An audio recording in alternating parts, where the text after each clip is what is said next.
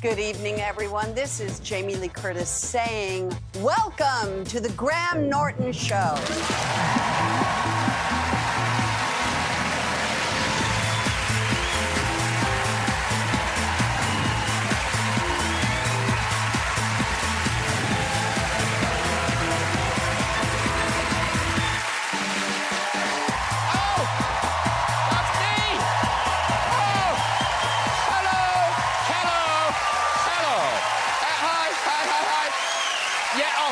Thank you very much. Oh, it's good. Wow. Oh, it's nice. Good evening, you're all very welcome to the show. I suppose I should start with an apology. Sorry I didn't come on dancing to an ABBA song, you know, but I'm not, what's that word, insane. I mean, ode to desperate. Did you see Theresa May dancing under the stage at the Tory conference? Did you see her? I mean, here she comes. I mean, I say dancing. There is music, and she is moving. I'm not sure how connected the two are. I've seen washing machines dance better than that. Oh, Dancing Queen. I'd have gone with SOS. But, God love her, she seems to like dancing, doesn't she? I tell you, she should do Strictly. At least then somebody might vote for her. But you know what? I think it's quite a good idea for politicians to associate themselves with ABBA songs. And not just Dancing Queen. I mean, you could have Take a Chance on Me. Or my personal favourite, One of Us is Crying, One of Us is Lying. Let's get some guests on! Later, we'll be meeting the comedy genius that is Rowan Atkinson. His face, it's big. But first, he's the star of The Fly, Independence Day and Jurassic Park, and he's here tonight to give us a taste of his debut jazz album. It's the king of cool, our friend, Jeff Goldblum! Oh! So hip! What a hip hat! Look at you! Hello. Oh, hug him. Have a seat, too. Thank you. Jeff Goldblum, everybody. This man has been entertaining the nation for 30 years as both a solo artist and part of one of the biggest boy bands ever. Now he turns author with his new book, A Better Me. Welcome back to Gary Barlow, everybody!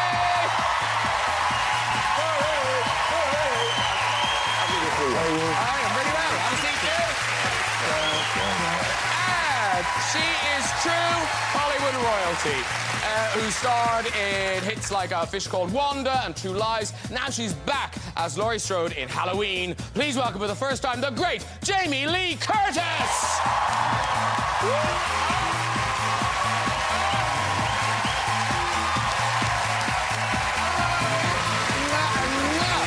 down, Jamie Lee Curtis. Have seats all. Did you see that walk, Graham? Did you see that walk as she came out? I know. Cat, like some sort Like of a feline. cat? Yes. Is that I think I have cat, but go for it, Jeff. Really? What animal do you think you would be? Dog. I'm like all dog. Really? It was a wolf-like walk. It was a wolf. It was wolfy. Vulpine. It's a little Vulpine. Yes. It was vulpine. Yes. Hello. Hello. Hello. And now, Jamie, Curtis, you don't know Gary, do you? Are you going to call me Jamie Lee Curtis the whole night? Yes. That's how I identify you. I know Gary a little. Oh, do you? From backstage. Oh, okay. You know, we can get very intimate very quickly. It's dark I'm and it's American. hot. Yeah. Because Gary Barlow... Yes, sir. Since he last saw you, because, you know, Gary, obviously huge pop star, but now movie star. Absolutely. Yes. Gary Barlow in Star Wars. Yes. I have to say, you've got a picture here. You look like you've won a competition. Completely. How did this happen? What's your Star Wars name? I use my own name. I'm an X-Wing fighter. I fight as me. He's not making this up. He is it. You are actually in the film, aren't you? Yeah, there's a point where I went twice to see it and missed it, I'll be honest. In the end, I needed the pause button to just catch sort of that much.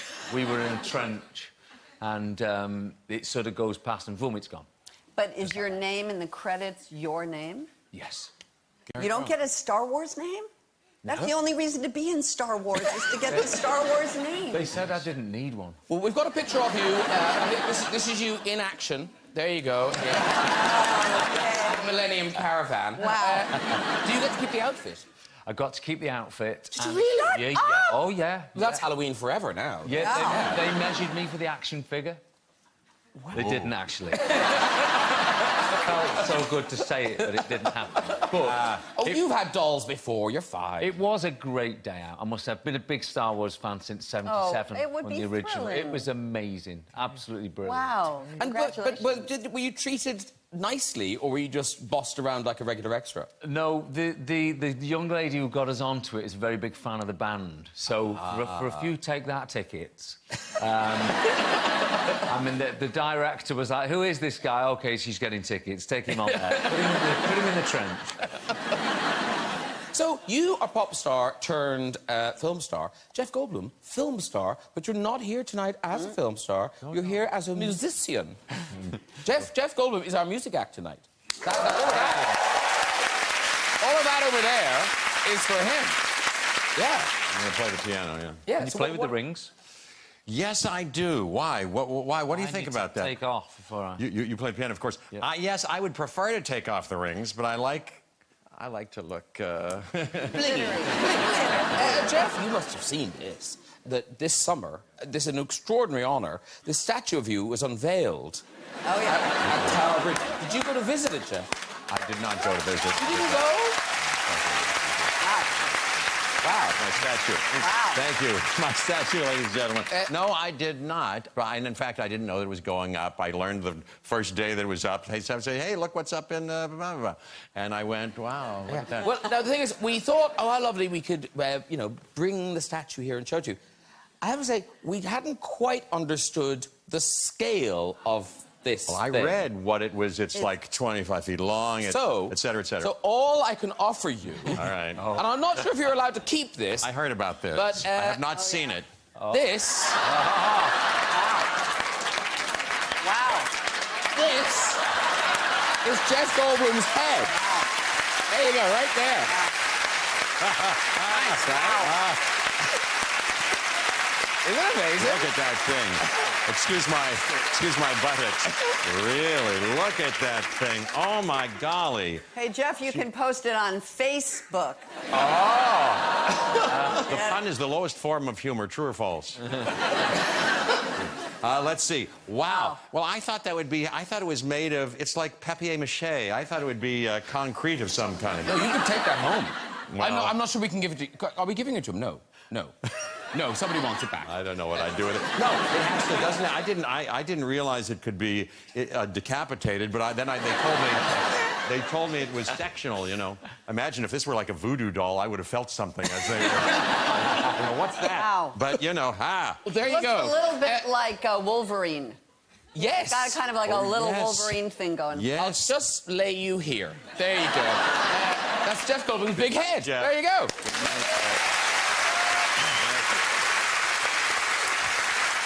Right, first film tonight. Jamie Lee Curtis. Uh-oh. You return as Laurie Strode in Halloween. It opens on the 19th of October. Now, here's the thing. So we're 40 years on, unbelievably, 40 years since the first Halloween movie. And there have been other Halloween movies, but we discount them, isn't that right? That is correct. We are just connecting the dot between the movie from 1978 and the movie in 2018. And Laurie Strode, I mean, her story could have gone in any direction, but how it affected her is really extreme. Well, it's gone the way that trauma will take you. You know, October 31st, 1978, she was young and filled with promise and excitement, a romantic, dreamer.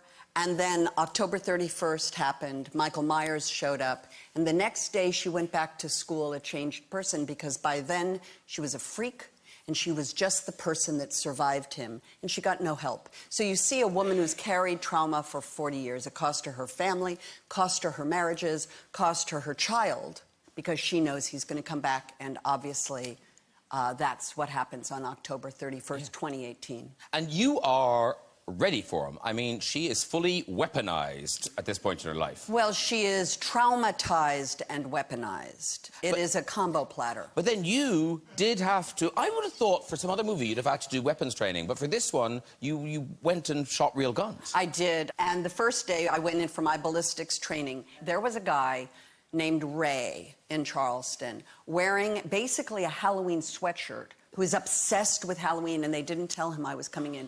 And, of course, there was a moment where he turned around and he was completely overcome. And then what happened was he wanted me to shoot his laser disc. So they took the Michael Myers face, put it all the way down the gun range. Yeah. And for my first shot with this Winchester, which is a live round, it's a big, heavy gun, clunk, clunk, boom. And do you have a picture of it? No, do we have a picture of it? Do you? There is a picture that exists. Oh, I'm sorry. Did you give it to us? No, I thought maybe they would have looked it up on my Instagram site, because I mentioned that it was on there. Oh, I tell you what I'll do. I'll say, yes, we do, here it is, and then tomorrow night on telly, it'll magically be there. Okay, so... Watch this. Watch this. So, there I was, Winchester in hand, boom, boom, live round, boom. Wow, and I think we've got the picture. Do you have a picture of it? Wow! Pretty good. Right between the eyes, that Michael Myers. Yeah, I could see that. Yes. Yes, I could see that. Ray was very, very happy. I bet he was. Listen, we've got a clip. Isn't show business fun? Or it's not in the show tomorrow night, and we all just look like idiots. Well... let's watch a clip. This is... We're having a clip? A clip of the film. That I'm in? Yes. Well, I don't know. Yeah. I thought maybe... So, Halloween, it's out on October the 19th. I know, I'm in it. You're in it? Yeah. I've been in it for 40 years. Really long time. Well, this is you, 40 years old. In the movie Halloween. In the movie That I'm in. That you're in. And you're going to show it. Yeah. On TV. You can watch now. it on this telly. I'm going to watch it. You can watch it. Oh, and it's and we're going to watch it together. It's you being reunited with Michael Myers for the first time. Okay. Roll it. Roll it. I watched this film. I say I watched this film. I probably saw maybe a third of it. Most of it, I was just like, oh, make it stop. I will say this. The movie is incredibly intense. Very, very, very scary. Yeah. And it is wonderful, you know, because when you made this in 1978, I like this idea of that you had to figure out how to pace yourself filming the scenes. You had to gauge where you were. Well, it was my first job as an actress, really, and certainly my first large role. And, you know, in a horror movie, there's a level of intensity that builds, and after a certain thing happens, basically it's your full-tilt boogie toward the end of the movie. You know, you're just really, really intensely afraid. But there's a lead-up, there's a gentle time, and then there's questioning. So what I did, and I think I was quite smart to figure this out at 19, nobody did it. I numbered my script so that I would know at what level I was as the script progressed, so that then when you shoot the thing out of order and they go, okay, we're going to shoot this scene now, I would know. It's sort of like a scarometer, if you will. Yes. You know, where 10 is the end, when you're just running and screaming. Running and screaming, and 1 is the sort of high school girl in her classroom. A 3 would be the patented Jamie Lee Curtis, incredulous, who are you look, which is this. Go to a 7. Go to a 7. Can I go to an 11? Oh, please. Can I tell you something about 11? Yeah. So my husband is Christopher Guest, who was in This Is Spinal Tap, and he's Nigel, and Nigel's amp goes to 11, and he would be so mortified that I just, like, did a bad Cockney accent when he is so good at it. But I drive a Tesla. I'm sorry. You know, good for you. And when I was being shown the car by the technician, the guy says to me, Chris is in the car, he says to me, well, turn up the air conditioning. And I'm like, okay. And I'm turning up the air conditioning. He goes, no, keep going. And I'm like, okay, I'm going. He says, no, keep going. And the air conditioning's going on. And the air conditioning goes to 11. And the volume control in the audio goes to 11. And it's because Elon Musk was a big fan of Spinal Tap. And so in a Tesla, the air and the heat go to 11. How funny is that? So Good that trivia. was Good trivia. Good trivia. Yeah. Now, in terms of, you know, acting scared and things, Jeff Goldblum, you've done a lot of... You act scared. You act scared, but was it Spielberg? He did a really good... In Jurassic Park, he was directing reactions. So talk us through what he did. I know what you're referring to. He... Good. The first time in the first movie, you know, when we see the dinosaur, the Brachiosaurus, the big thing, and Sam Neill and Laura Dern, I'm left in the car, and he did this on that occasion and other occasions too. He did like silent movie directing, whereby he said, I'll know when I get it. Roll the camera. Okay, Jeff, because I didn't have any dialogue in this scene. He goes, okay, look at that tennis ball there. Look at the X. That's the dinosaur. And Jeff, just... you're thinking right now, you know, what's that? Is that real? Is it an animatronic? What the hell? And then you're filled with a... Okay, good. Now you're filled with an incredible wonder. You become 5 years old again. And now you laugh. You laugh. A freer laugh than you've ever laughed. And he does that a little bit. And, okay, I got it. Cut. Print. Isn't that a wonderful story? But do you do that? Have you ever done that with anybody who did that? I mean, bad directors have done a version of it where before action, they go, okay, Jeff, and they don't whisper in your ear, but they go, okay, Jeff, remember, your parents have just died, you're very upset, and go, action, you know. They do a version of that. Mr. Spielberg didn't do that, but... Now, Gary Barter, though, we mentioned your work in Star Wars. Not just that. You've also... None of that in Star Wars, by the way. They gave me no direction whatsoever. I had to Still, myself. You nailed it. I did. But you have done horror work. You performed in some very shocking, violent scenes. Here's one of the few stills. Here's one of the few stills we can show from your work in Heartbeat. Look at that. Look at that. That's about a 7. That's about a 7 of fear right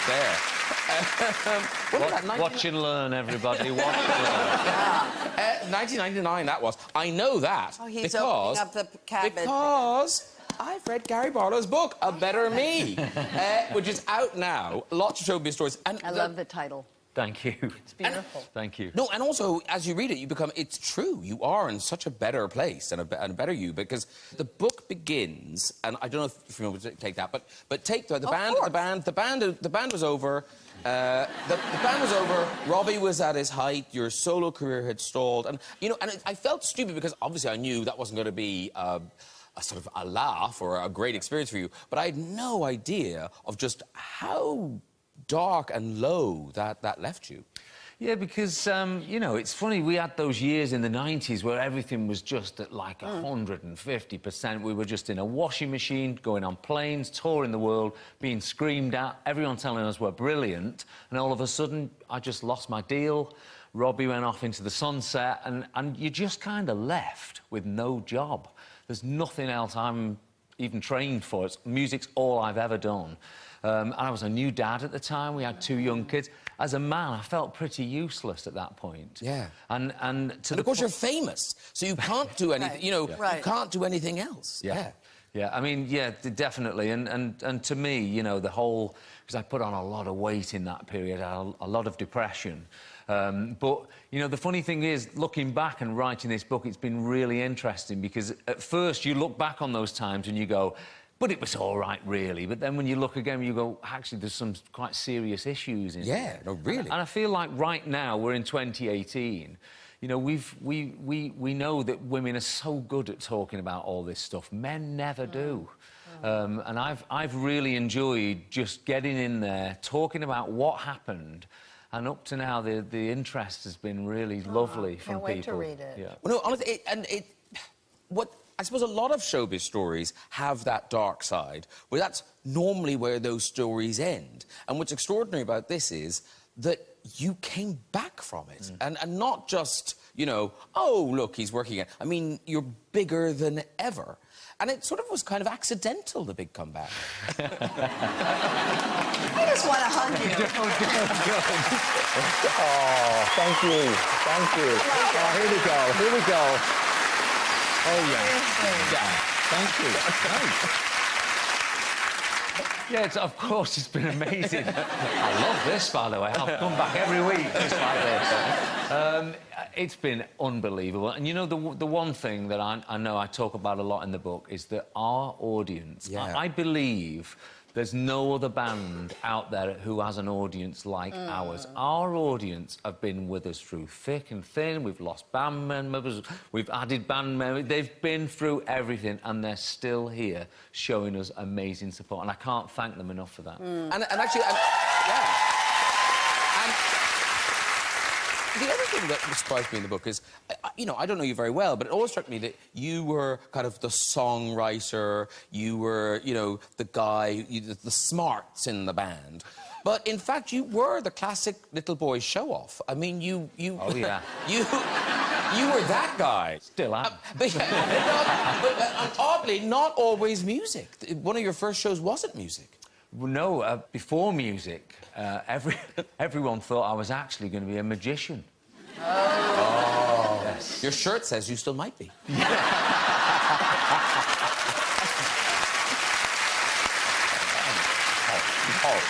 Thank you, Greg. Sorry, I love you too. That was horrible. Why is his shirt like a magician? I don't know, Jeff. For those in the know, it could never be a magician's shirt because the sleeves aren't. Yes. But you'd be a very good musician. A magician. Now, in the book, there's a picture of... I think... Is this one of your first ever gigs? Look at him. There he is.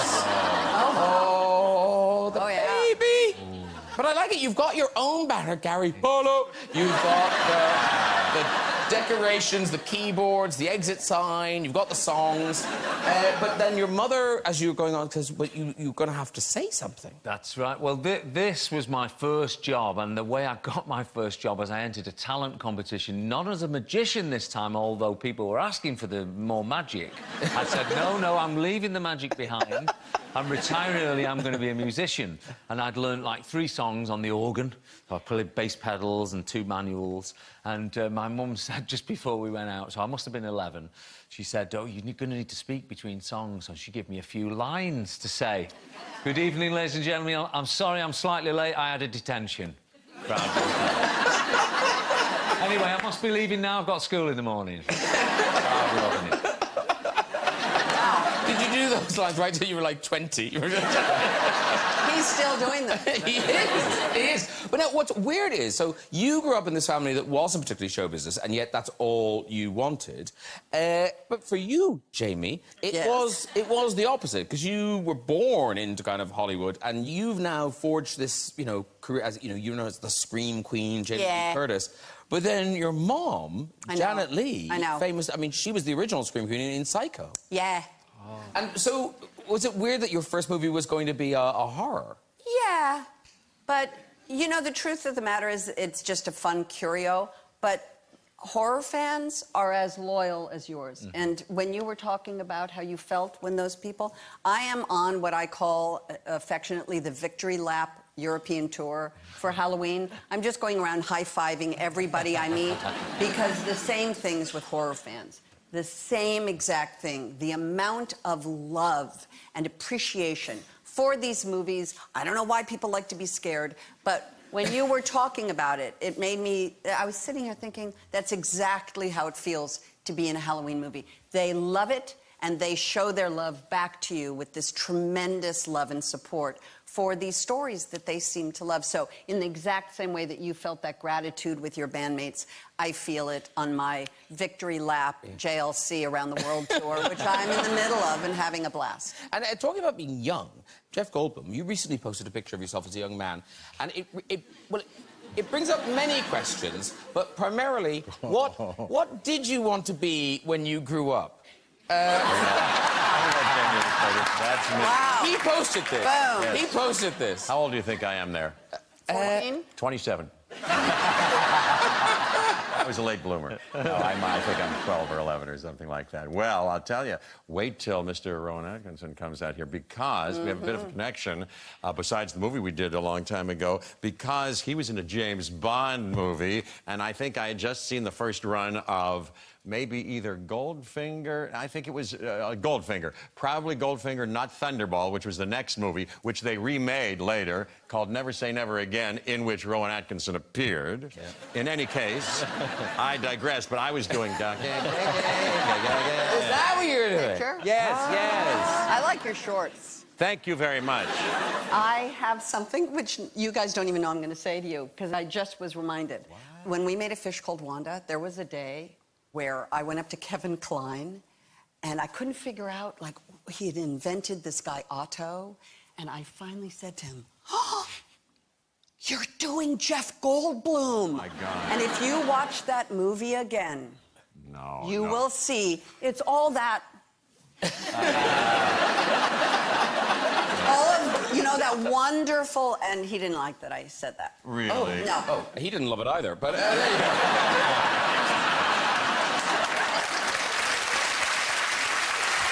Right, time to meet our final guest. Yay! This British comedy legend has created characters like Blackadder, Johnny English, and, of course, Mr. Bean. He's returning to our screens in Johnny English Strikes Again. Please welcome the great Rowan Atkinson!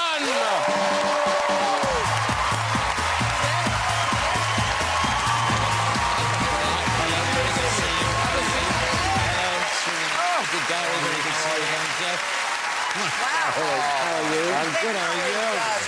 Nice to see you. Well, thank you for being here. Now, that's a proper showbiz reunion. Yes. We haven't talked about it yet, but we did a movie in 1980, 30 years ago. I'm afraid so. Yes, it was. With Richard Curtis, the tall guy. Yes, exactly. It was a sort of a quasi-autobiographical thing about the... In fact, there we are, in which I played a hideous, self-centered comedian. And Jeff played my sidekick. Which was the Richard Curtis role, because Richard Curtis and I used to do a show, you know, together the first time that we set out doing our comedy reviews, and it was me and it was Richard. And so Richard then later wrote this movie in which he portrayed this hideous monster of a comedian against, and yes, it was a kind of tricky thing, because obviously one doesn't want to admit that it was in any sense biographical. But it was thought maybe that if I played the role, no one could possibly say, well, of course, that's really Rowan Atkinson. If someone else had played the role, then they would have said that. They would have said, you know who that is. But it was me anyway, so they thought, oh, well, it can't be. He can't be like that, really. Yeah, he's just pretending. He's just pretending. I'm playing this horrible comedian. Well, listen, welcome to the show. Welcome to the show. Johnny English Strikes Again. It is out tonight. And these films... Oh, wow, tonight? Tonight. Congratulations. Wow. Yes. How wonderful. And look at that poster. This is the third one, and these films are huge. I mean, they're so successful. Because they're funny. Yeah, they do well. I mean, they're fun. I mean, they're very silly, and they're a family comedy, which is a relatively rare thing in this day and age. You have family comedies, but they're normally animation. You know, they're normally animated, and to have live-action family comedies, actually, there aren't a lot of them. Most comedies are more adult. Yeah, and this one begins with Johnny English. He has retired. Yes, he's retired. He's a geography teacher in a small school in Lincolnshire. He's not teaching a lot of geography because he's decided to employ and teach his espionage techniques from his past to his pupils. So that's what he's doing, and he's having a whale of a time. And, of course, the children are having a whale of a time as well, because it's fun, you know. You know, being a spy is fun. It is. But, yeah, I don't think he's teaching a tremendous amount of geography. Listen, we have a clip, and it's just... basically, this is a taste of Johnny English in action. OK. The great Emma Thompson. The great Emma Thompson's in there. Yes. Who was in our who was movie. also in They just didn't ask you. It was, it was a reunion. Yeah, sorry, Jeff. No, that's okay. Emma, that was her first movie, the one we did. It was. She's so wonderful. It was. Now, there are just those fantastic set pieces that people love watching you do. The, you know, the energy tablets Yes. sequence. Which Yes. must be... that must be knackering. It was knackering, actually, yes. It was, yeah, it's a dance sequence in which I display some extreme I think we've got some dance moves. There's some of your moves. Oh, yeah. Yes. And it's very, and it was very taxing, yes, yes, I have to say. And, you know, it doesn't get less taxing with the advancing years. But I managed to keep it going, and we just did a couple of takes in which I just sort of did the silliest stuff I could. Yeah. And is it very kind of po-faced, kind of going, that's funny, that's funny? Or yes. Do you not laugh? Do you never laugh? Oh, I do laugh, yes, yes, yes. That's good. But do you make yourself laugh?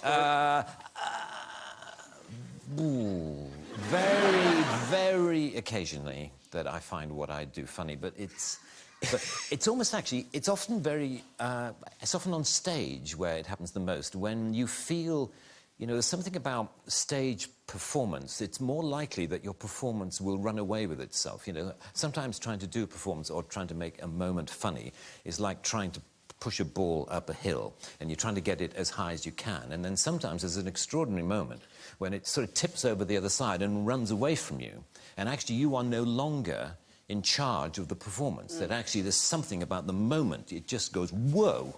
And, you know, you've been pushing, you've tried all you can, and you've got it pretty high, and it's fine, but then suddenly it can go beyond, and suddenly you're not in control of your performance. It's rather a strange thing. I think it's only ever happened to me on stage when doing sort of comedy sketches and things on stage, rather than on film, whereas film I find very, very difficult. Exhausting. I find it exhausting, and I find it stressful. It's constant belief that what you're doing is not as good as it could be, you know. And, of course, the problem with film is you can have another go if you've got a director were you and that producer. guy? I'm afraid so. Oh, yeah. you are that guy. I'll do it again, I'll do it again. Yeah, I mean, I do stop eventually when I just get bored. It's great to reach the point when you just can't be bothered to do another take. And that's normally when the director goes, oh, goodness, we've reached that point. Because, Jamie, you're a bad corpse, aren't you? You do a lot of laughing, don't you? That's all I do. Yes, no. I think Kevin Kline hates me for many reasons, mostly because I would ruin great takes that he would do because I would laugh. I have a secret, though. I take a toothpick or a needle or a safety pin, and I hold it between my fingers here below the camera, and I squeeze it really hard till I bleed. Oh. But it works. Yeah, I don't need to do that. I don't need to do that. No. I laugh. Yeah, I'm an easy laugh. But I never. They very often try and get the sort of blooper tapes together of things like the Blackadder, and they're always looking for the moment when I corpse or when I laugh or when I make a mistake, and there are none. In all the series of the Blackadder, there are none of me being remotely amused by anything. It's very sad. And, you know, here you are, you're back as Johnny English in this third movie. What about Mr. Bean now? Have you drawn a line under him? No more Mr. Bean? You know, I doubt that he will reappear, but you never know. You must never. The people have spoken. Yeah, quite. But, you know, you must never say never again. A film, as Jeff mentioned, that I was in. So you must never say never. But, you know, there does come a point when you feel as though you've done most of what you want to do with him. So. And because it's not based on language, because it's so physical, Mr. Bean, presumably it's popular everywhere. Yeah, it is. It has what we might call a global outreach. So, like, are holidays a misery? Can you go anywhere? Well, yeah, I can't go to many places where you're not recognised. And it's the thing I find most tricky is when people don't recognise you particularly, but half recognise you. You know, it's that strange thing where they go. And of course that means they stare. They stare a lot, and they just look. You're sort of feeling, I wish that person wouldn't stare at me. So, you know, I'd rather just, you know, hold up a flag saying yes, yes, it's me. A few years ago, there was I was in a Land Rover parts department near Peterborough, the kind of place you find me on most Saturdays. And we're waiting for car parts. And car parts, guys hang around a lot because, you know, to get a part, the guy has to go half a mile to the back of the warehouse and then come back again, and he brings it back. And he says, this is a left-hand one. Oh, you wanted a right-hand one. Sorry, I'll go. Back he goes, and it takes forever. Anyway, I was standing around with a group of guys, and I could see this guy doing that. And he came up to me after a while, and he said, "Excuse me, has anyone ever told you that you're the absolute spitting image of that Mr. Bean?" And I said, "Well, actually, I am the actor who plays Mr. Bean." And he said,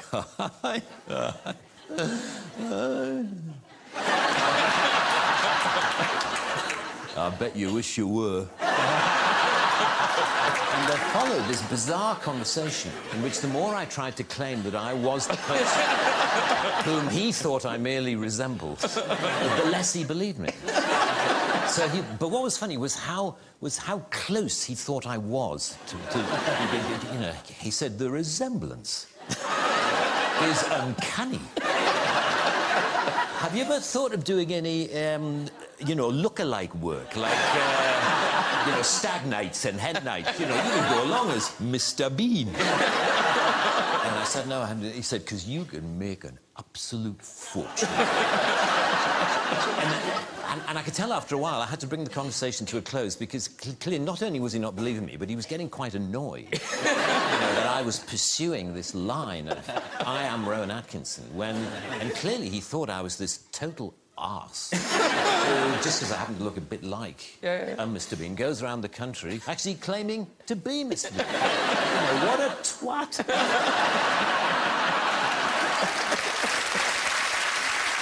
But now, just very quickly, just to say, if you never do Mr. Bean again, what an amazing way to kind of take a bow as Mr. Bean. 2012 at the opening yes.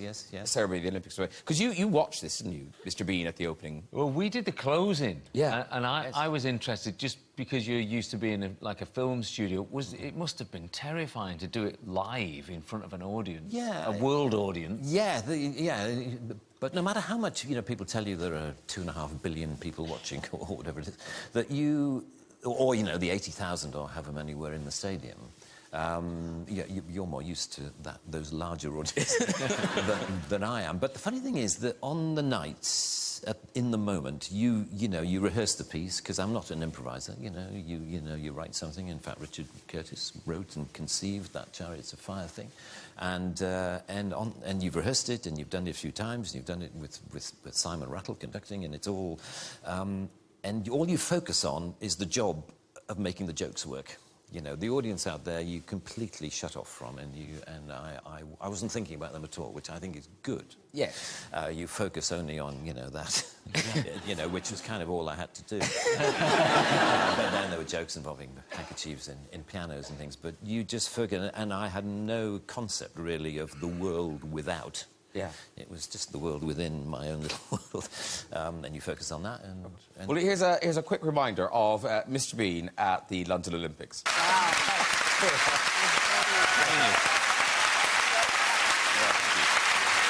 Right.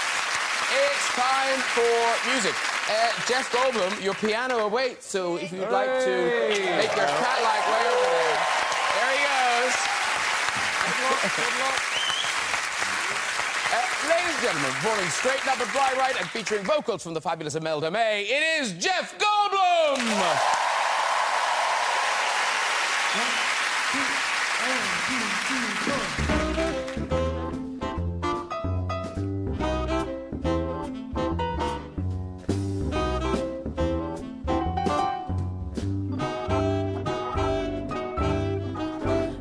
Took a monkey for a ride in the air. The monkey thought that everything was on the square. The buzzer tried to throw the monkey off his back, but the monkey grabbed his neck and said, now listen, Jack, straighten up and fly right. Straighten up and fly right. Straighten up and fly right. Cool down, Papa, don't you blow your top. Ain't no use in diving. Ain't no use in diving. What's the use in jiving? What's the use in jiving? Straighten up and Straighten up, yeah, cool down, Papa, don't you blow your top. The buzzer told the monkey, you are choking me. Release your hold and I will set you free. The monkey the buzzard right dead in the eye. Instead your story so touching, but it sounds just like lies. Straighten up and fly right, yeah, just straighten up and stay right. Straighten up and straighten up, yeah, cool down, Jeffrey, don't you blow your top.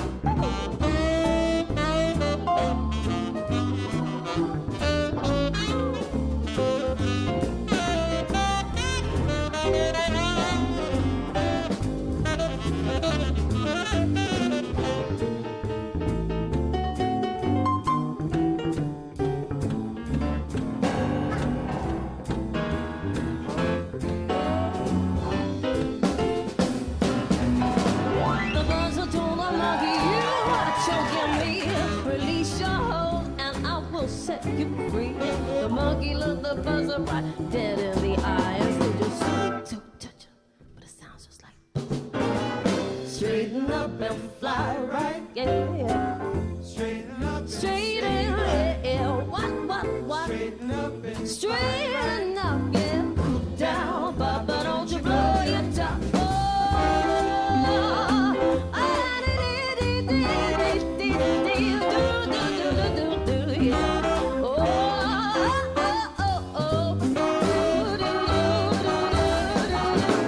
Straighten up and fly right, straighten up and fly right. Straighten up and stay right. Straighten up, yeah. Cool down, but don't you blow your top. Fly right. Amalgamate. Oh, Jeff Goldblum and Imelda May, everybody! Come on back. Imelda, come and join us. Jeff, come on back. Oh, beautiful job, beautiful job. Thank you, lovely. So shiny. Imelda May. Hello, darling. Lovely to see you. Come and meet the others, do. Hello, Gary, Dave, Rowan. I'm great. How are you? I'm great. Hi, lovely to meet you, Imelda. Lovely to meet you. Nice to meet you. Oh, gorgeous. Am I Thank you here? so much, Jeff, and Imelda May. And we must mention, of course, the band, the Mildred Snitzer Orchestra. Yes. James King, Joe Baggs, Alex Frank, John Story, Kenny Elliott.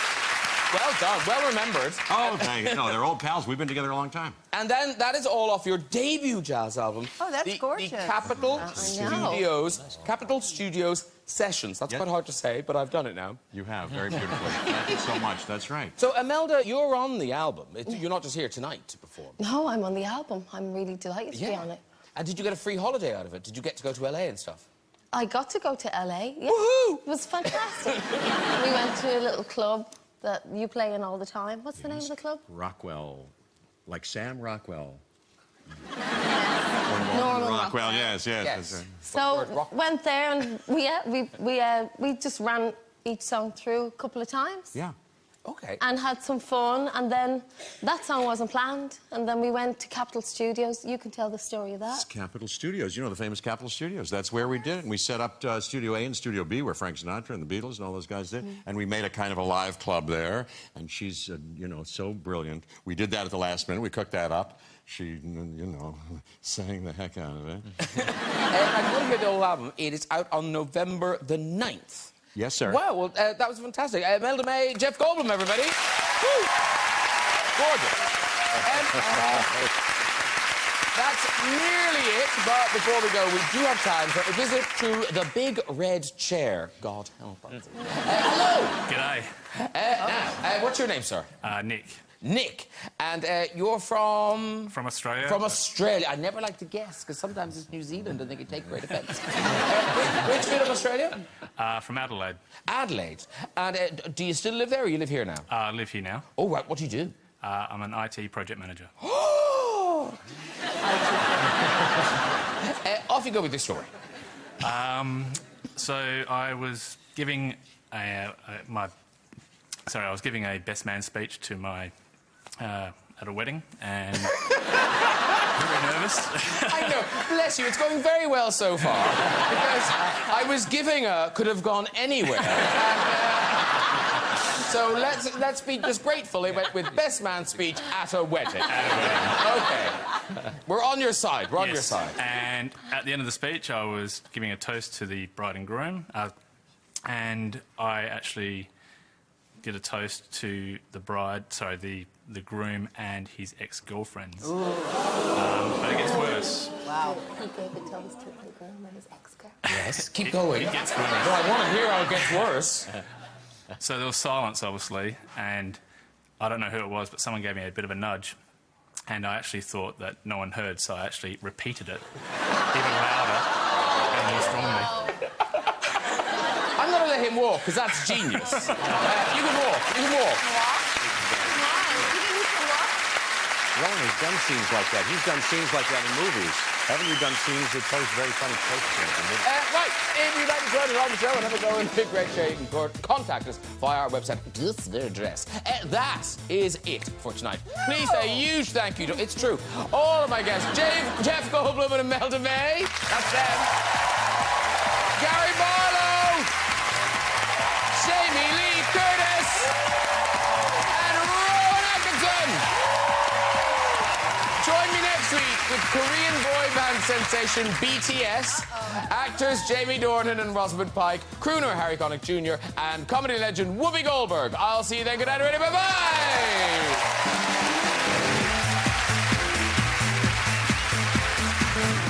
Well, if you enjoy stories from the Red Chair, you may be satisfied by an intimate podcast for Radio 1, Unexpected Fluids. Listen now, online.